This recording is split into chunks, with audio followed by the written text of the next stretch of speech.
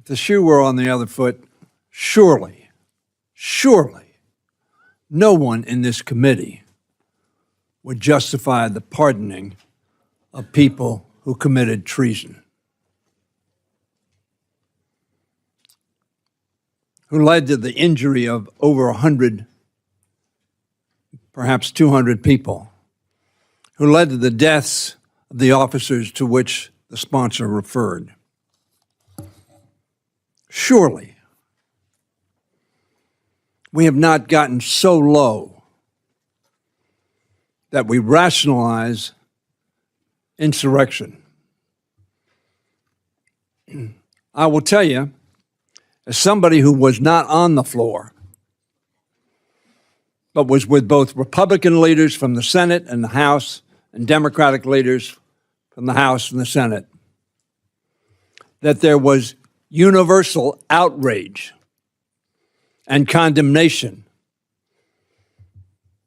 of all of the leaders that had been taken out of the Capitol. I have heard so little from people and their outrage at the actions of this president in pardoning criminal elements in our society, who committed a crime seen by all, who were tried. Many pled, yes, I did that, as the gentlelady said. And yet this Congress has remained silent. I don't mean each one of us individually, but the Congress collectively has done nothing to respond to this outrage. Why should anybody in this country who disagrees with the policies of this country and comes to the Capitol and is violent, breaks into the Capitol, and puts at risk the lives of all within? Police, members, staff, visitors.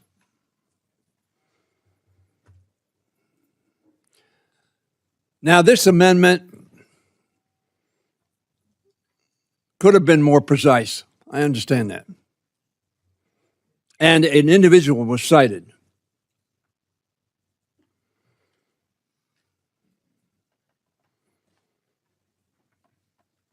But I will vote for this amendment with conviction to say this was not acceptable in our society, in our country, in our community.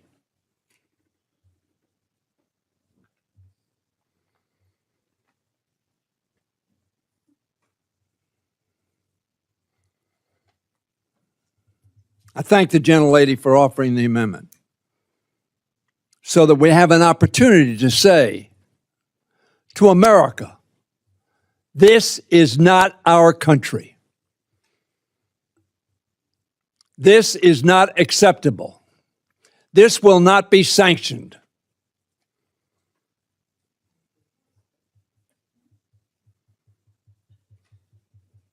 We will speak out and say that we are a nation of laws.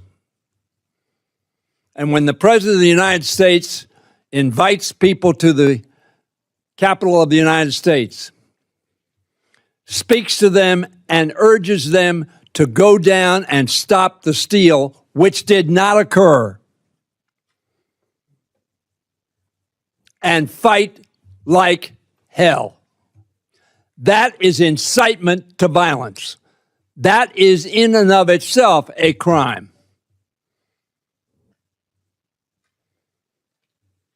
Let us not whimper in our seats and fail to condemn this outrageous action taken by so many. in contravention of our democracy. Vote yes.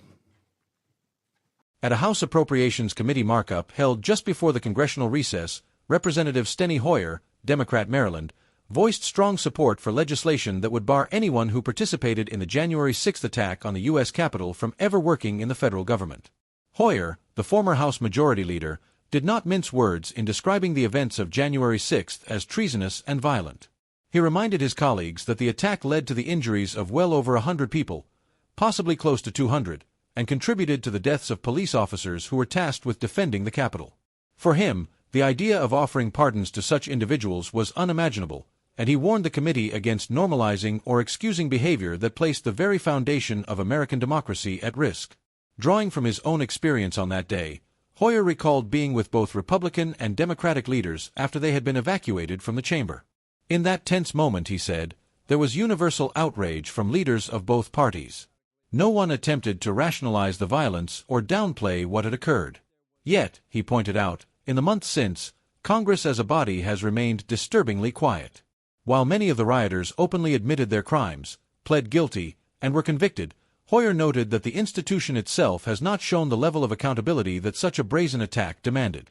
The Maryland Democrat argued that the amendment under consideration, even if not written with perfect precision, was necessary because it gave Congress the chance to draw a clear line. It allowed lawmakers to say, not just to their constituents but to the entire country, that violent insurrection cannot be rewarded or overlooked. This is not acceptable in our society, in our country, in our community, he said, stressing that silence or inaction would signal weakness at a time when clarity was needed. Hoyer went further, framing the measure as a statement about what kind of nation the United States intends to be.